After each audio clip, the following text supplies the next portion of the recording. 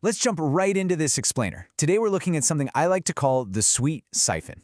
We're tracing this frankly bizarre, totally hidden link that actually affects almost every single one of us. We're going to take a look at a super common kitchen staple. Yeah, the literal sugar you stir into your morning coffee or tea. And we're going to follow its journey straight into the fuel tank of your car. I know, it sounds totally impossible, right? But the mechanics of how agricultural policy, regional politics, and global commodities all crash into each other, it's absolutely going to change how you look at both the grocery store and the gas pump.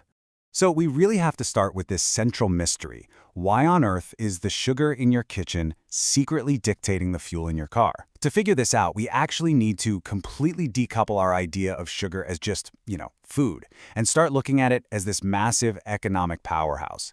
We're going to follow the trail from the very beginning, digging into the raw data of what things actually cost. We'll see how an entirely artificial market got created and how you, the everyday driver, end up paying the ultimate tab. All right, let's dive into this. Let's just compare the everyday prices of some basic staples in India for a second. A kilogram of rice, that sits around 70 rupees. A dozen nutrient-dense eggs will run you about 100 rupees. But right there in the middle, you've got refined white sugar, a product that basically just gives you a quick sugar rush with zero essential minerals, and it costs only 50 to 60 rupees a kilo. This is a glaring anomaly, guys. It actually makes India the second cheapest place on the entire planet to buy sugar, right behind Pakistan. And look, this isn't some happy accident of the free market.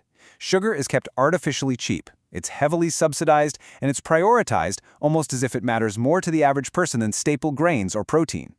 And because sugar is practically just given away, there's this massive domino effect. Consumer brands are literally dumping it into processed foods to replace way more expensive, natural ingredients. While the World Health Organization strongly recommends keeping sugar under 5% of our daily food intake, in India, the actual average sugar content in processed foods sits at a massive 7.3%. From your afternoon biscuits to energy drinks, companies are just loading up on this cheap sugar. It's contributing to a major public health crisis and making India home to the second highest number of diabetics in the world. But okay, here is where we hit a massive plot twist in our investigation. 18 kilograms. Yep, despite all the cheap sugar and heavily processed foods out there, post-COVID health awareness has fundamentally shifted consumer habits. Individual sugar consumption is actually dropping. Back in 2014, the average person was taking in about 20 kilograms a year across all uses. Today, as people get more cautious and start cutting back on those sugary snacks and drinks, that number has fallen to just 18 kilograms. So, demand is actually shrinking. Now, let's see how this builds into a huge nationwide economic puzzle. For the 2025-2026 season, nationwide demand is expected to be right around 31 million tons. But the supply pouring into the market? That is a staggering 36 million tons. Which brings us to a really crucial investigative question. If people are clearly eating less sugar and industrial demand is basically flat, why on earth is there a massive 5 million ton surplus just sitting in the market every single year? I mean, in a normal market, supply follows demand, right? But here, the basic rules of supply and demand have been completely rewritten. So to find out why this supply just never stops, we have to look closely at the structural mechanics of agricultural policy. The states of Maharashtra and Uttar Pradesh are the absolute titans of sugar production, and crucially, they also hold immense political power. Within these states, there's a vast, deeply entrenched network of cooperative sugar mills, and many of these are operated or heavily influenced by key political figures. The millions of farmers tied to sugarcane farming, they represent a massive, highly protected voting demographic, and quite frankly, irrespective of which political party is actually in power, representing the interests of these farmers is just an undeniable political necessity. And the specific mechanism used to protect these farmers is called the FRP, or Fair and Remunerative Price. This is the government-mandated minimum price that sugar mills are legally required to pay farmers for their sugarcane. Honestly, this is the ultimate driver of the entire cycle we're investigating today.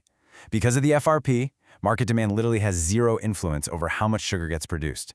The mills just have to buy the cane, and they absolutely have to buy it at this fixed price.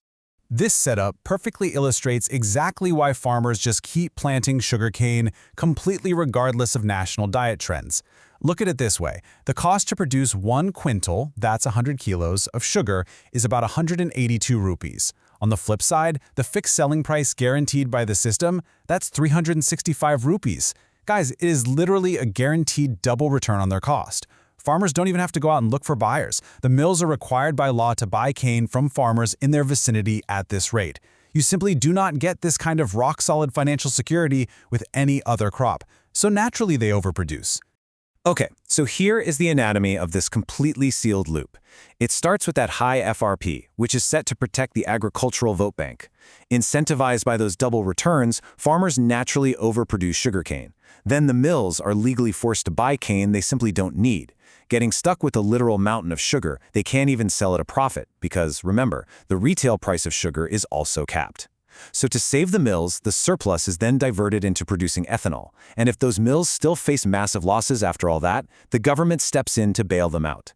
It's this cascading domino effect, where the surplus just must be absorbed at all costs. Which brings us right to what I like to call the Great Ethanol Pivot. Let's uncover the history of how this actually happened. Back in 2014, the government began buying ethanol to try and soak up some of this excess cane. Big sugar mills went all in, investing heavily in ethanol plants. But by 2020, ethanol blending in petrol was still stuck at around 10%, meaning mills weren't seeing anywhere near the profits they needed to offset that constantly rising FRP.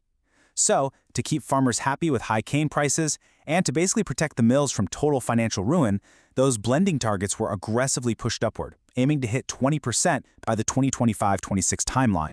But guess what? Even 20% isn't enough to drain the swamp of this massive surplus sugar. The mills still have underutilized ethanol plants and mounting financial pressures, which leads us to this absolutely staggering figure, 100%. Mill owners and farmers alike are right now actively lobbying for assurances that ethanol blending in your car's fuel will soon be pushed to 90% or even a full 100%. The political push behind this is immense, primarily because completely converting consumer vehicles to run on ethanol is the only mathematical way left to absorb an unyielding, artificially stimulated sugar surplus. So the absolutely crucial point here is, how does this actually affect you, the everyday driver? Well, most people naturally assume that blending alternative fuels brings the price down at the pump, right? But the base procurement costs tell a very, very different story. Standard petrol costs around 57 rupees a liter to procure. Ethanol, that costs a staggering 71 rupees a liter. Why the huge markup? Because the base cost of ethanol carries the financial weight of that heavily inflated fair and remunerative price we talked about, the one paid to the sugarcane farmers. So you aren't actually buying a cheap alternative fuel, you're buying a highly subsidized agricultural product. Let's just break down the true economic impact this has on your wallet. First off, you've got that high base cost of 71 rupees. Then you have to add on 3.57% GST, plus VAT, dealer commissions, and transport costs. Honestly, even if we move to 100% ethanol tomorrow, the price at the pump wouldn't drop significantly. But here is the real kicker, the real aha moment of this whole investigation. Lower vehicle mileage. See, ethanol inherently contains less energy per volume than pure petrol. So your car just burns through it way faster. While the per-liter price might look kind of similar to what you're used to, your long-term fuel expenses actually rise because you literally have to fill up more often. The financial burden of this massive sugar surplus is just quietly passed directly onto you, the consumer. Which leaves us with one final, totally unavoidable question. As long as sugarcane prices are essentially fixed for political and regional interests, does ethanol really make economic sense for your engine? We've traced this sugar from the artificially cheap grocery aisle, through the politically protected mills, and right into your gas tank. It reveals a system where agricultural policy is ultimately dictating your daily driving costs. It's a fascinating, deeply complex cycle that just goes to show the economy is never just black and white. Seriously, think about that the next time you pull up to the pump. Thanks so much for joining me on this explainer, and remember to always keep questioning the systems around you.